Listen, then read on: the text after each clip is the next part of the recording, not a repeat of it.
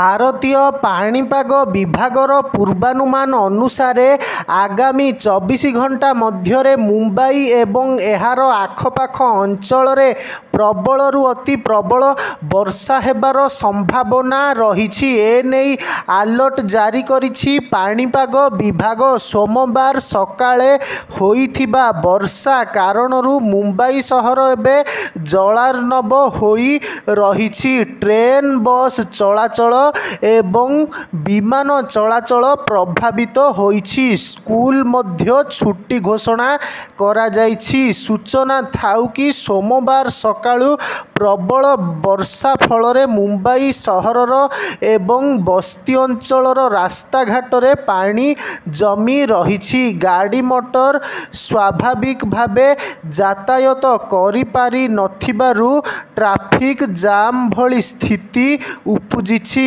ବର୍ଷା କାରଣରୁ ମୁମ୍ବାଇ ବିମାନବନ୍ଦରରେ 50 ବିମାନ ଉଡ଼ାଣକୁ ବାତିଲ କରାଯାଇଛି। ଏହାଛଡ଼ା ମୁମ୍ବାଇ ବିମାନବନ୍ଦରରେ ଅବତରଣ କରିବାକୁ ଥିବା 27ଟି ଫ୍ଲାଇଟ୍କୁ ଅନ୍ୟ ବିମାନବନ୍ଦରରେ ଅବତରଣ କରିବାକୁ ନିର୍ଦ୍ଦେଶ ଦିଆଯାଇଛି।